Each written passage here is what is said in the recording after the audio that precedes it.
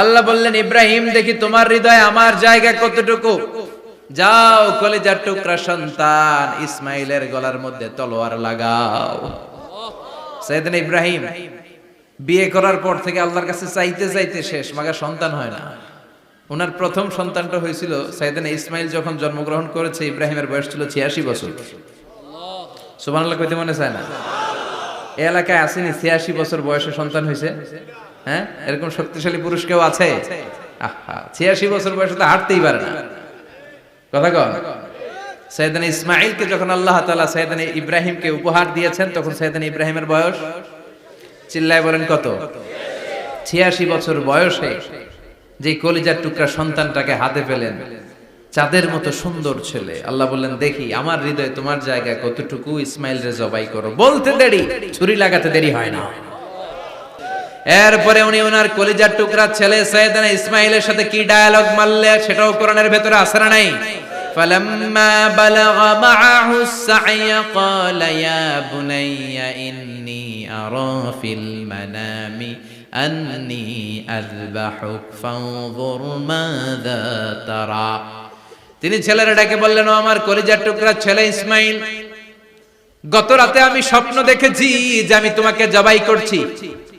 ফাংদুর মাযা তারা, তোমার অভিমত কি, অপিনিয়ন কি জানাও। সুবহানাল্লাহ বলেন। ছেলেরা বললেন, আমি স্বপ্নে দেখেছি তোমারে জবাই করতেছে, তোমার অভিমত কি? আমগরে যদি আমগো আব্বারা কইতো, কইতাম আমার দেখেন না, বড়ডারে দেখছেন। কথা কন। বড়ডাই কইতো আমার না মাজ্জাডারে দেখছেন, মাজ্জাডারে কইলে কইতো ছোটডারে দেখছেন। কথা কন। আমরা এটা কইতাম না? 100% আমরা এরকম উত্তর দিয়ে দিতাম। চিল্লায় কোন ঠিক কিনা? কিন্তু সাইয়েদনা ইসমাইল কেমন ছেলে, বাপ কা বেটা সিপাহি কা ঘোড়া, কুছ না হতো থোড়া থোড়া, ঠিক কিনা?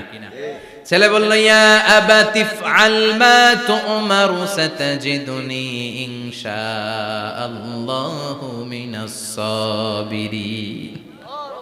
কি ছেলে, আমগডিও পোলা ওইটাও পোলা, পার্থক্য আছে না নাই?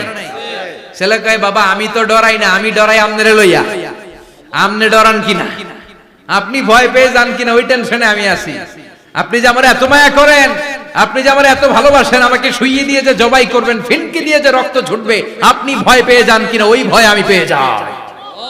আমার অন্তরে কোনো ভয় নাই। ইয়া আবাতি ফাআল মা তুমার, বাবা যেমনটা আদিষ্ট হয়েছেন ঠিক তেমন তেমন করেন। সাতাজিদুনি ইনশাআল্লাহু মিনাস সাবিরিন, ইনশাআল্লাহ আপনি আমারে ধৈর্যশীল পাবেন। এরকম ছেলে আমাদের ঘরে ঘরে থাকার দরকার আছে না নাই? তার মানে বাপ বেটা কি ডায়ালগ মারছে কোরআনে তুলে দিল কে? আমি আপনাদের খেদমতে সূরাত আল বাকারার 124 নম্বর আয়াত তেলাওয়াত করেছি। এই আয়াতে আল্লাহ তাআলা একজন প্রসিদ্ধ নবীর ব্যাপারে কিছু তথ্য দিয়েছেন। এই তথ্যগুলো আজকে আমরা শুনবো ইনশাআল্লাহ। পড়েন। রব্বুল আলামিন বলেন, ওয়া ইয বিতালা ইব্রাহিমা রাব্বুহু বিকালিমাতিন ফাতাম্মাহুন্না ক্বালা ইন্নী জাইলুকা লিন-নাসি ইমামা। সুবহানাল্লাহ পড়েন। যেই নবীর ব্যাপারে আল্লাহ তথ্য দিলেন, ওই নবীর নাম ইব্রাহিম আলাইহিস সালাম। সবাই বলেন কি নাম? চিল্লায় বলেন কি নাম? আল্লাহ বলেন, নবী স্মরণ করুন সেই সময়ের কথা যখন আমি আমার খলিল ইব্রাহিমকে অনেকগুলো বিষয়ে পরীক্ষা করেছিলাম, আর আমার খলিল ইব্রাহিম প্রতিটা পরীক্ষায় গোল্ডেন এ প্লাস পেয়েছে। প্রতিটা পরীক্ষায় সফলতার সাথে আমার ইব্রাহিম উত্তীর্ণ হয়েছে। আর ফলাফল স্বরূপ আমি বলেছি, ইন্নী জাইলুকা লিন-নাসি ইমামা। ইব্রাহিম, এতগুলো কঠিন পরীক্ষা নিলাম, একটাও ফেল মারলাম না, সবগুলাই পাস। যাও, এর বদৌলতে তোমার আমি গোটা বিশ্বের মানুষদের ইমাম বানায় দিলাম। ইমাম মানে নেতা। ইমাম মানে কি? নেতা। নেতা হওয়া এত সহজ না। আগুনে পুড়িয়ে পুড়িয়ে যেমনি খাঁটি সোনা বানানো হয়, তেমনি কষ্টি পাথর দিয়ে যাচাই করে করে, পরীক্ষা করে করে আল্লাহ তাআলা সাইয়েদনা ইব্রাহিমকে এই মর্যাদার আসনে বসিয়েছেন। আল্লাহ বলে, অনেকগুলো পরীক্ষা আমি নিয়েছি সাইয়েদনা ইব্রাহিমকে। আল্লাহ যারে পছন্দ করে বেশি, তার জীবনে পরীক্ষাও। বিশ্বনবী বলেন, আশাদ্দুন নাসি বালাআন আল আম্বিয়া। এই দুনিয়ার বুকে সবচাইতে বেশি পরীক্ষা নেয় আল্লাহ নবীদের। সুম্মাল আমসাল ফাল আমসাল, তারপরে সিদ্দিকিনদের, তারপরে শুহাদাদের, তারপরে সালিহিনদের। ইবতালার রাজুলু আলা হাসাবি দীনিহি, যেই ব্যক্তির দিনদারি বেশি তার জীবনে পরীক্ষাও। বিশ্বনবীর আল্লাহ সান্ত্বনা দিচ্ছেন, নবী ওরা আপনারে গণক বলে, ওরা আপনারে জাদুকর বলে, ওরা আপনারে কবি বলে, ওরা আপনারে পাগল বলে, কিন্তু আপনি হতাশ হবেন না।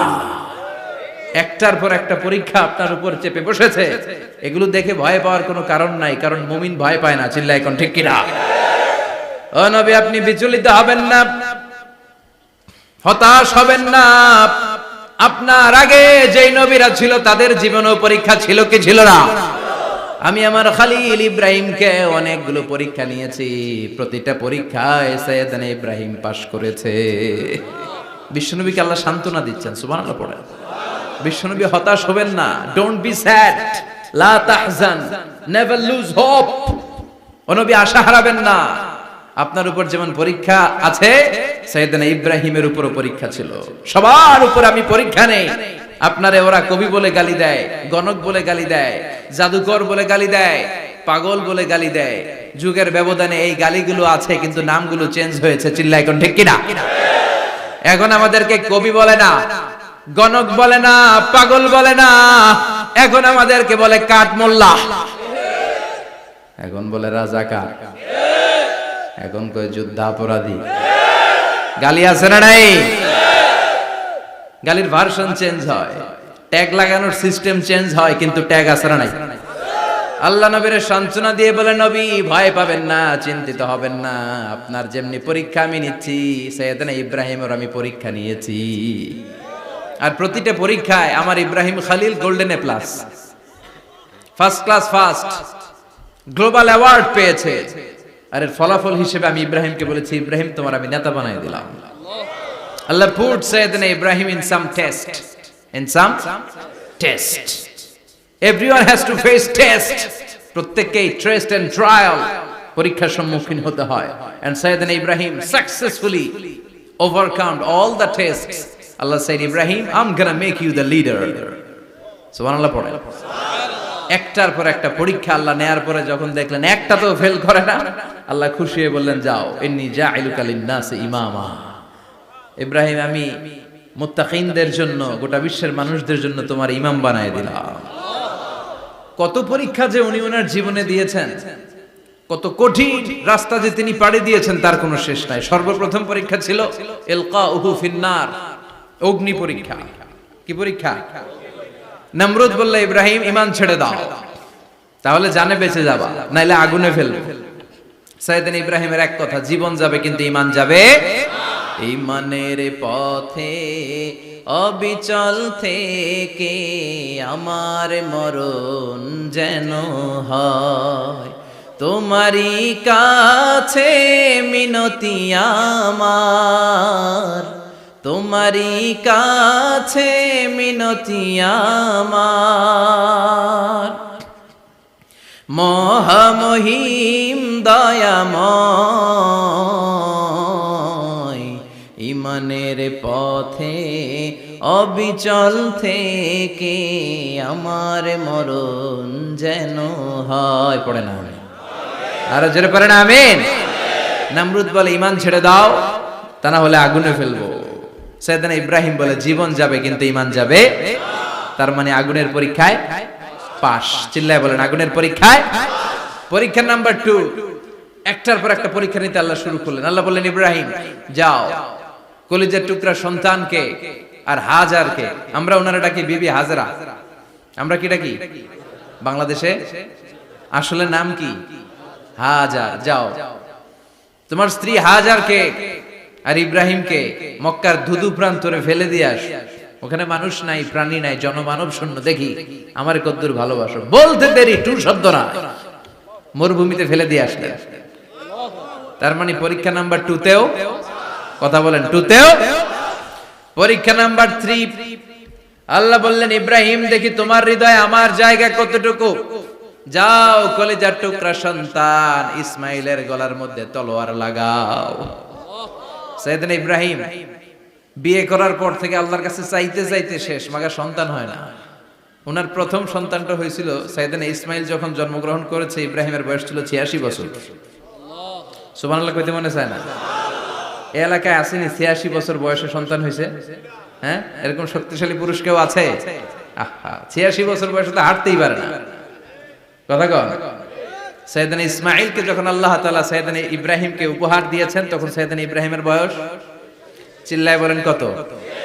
86 বছর বয়সে যে কলিজার টুকরা সন্তানটাকে হাতে পেলেন, চাঁদের মতো সুন্দর ছেলে। আল্লাহ বললেন, দেখি আমার হৃদয়ে তোমার জায়গা কতটুকু, ইসমাইল রে জবাই করো। বলতে দেরি, ছুরি লাগাতে দেরি হয় না।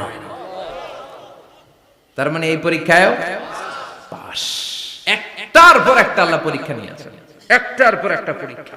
আগুনের পরীক্ষায় পাস, ফ্যামিলি বিসর্জন দাও পাস, কলিজার টুকরা সন্তানের গলায় ছড়ি লাগাও পাস,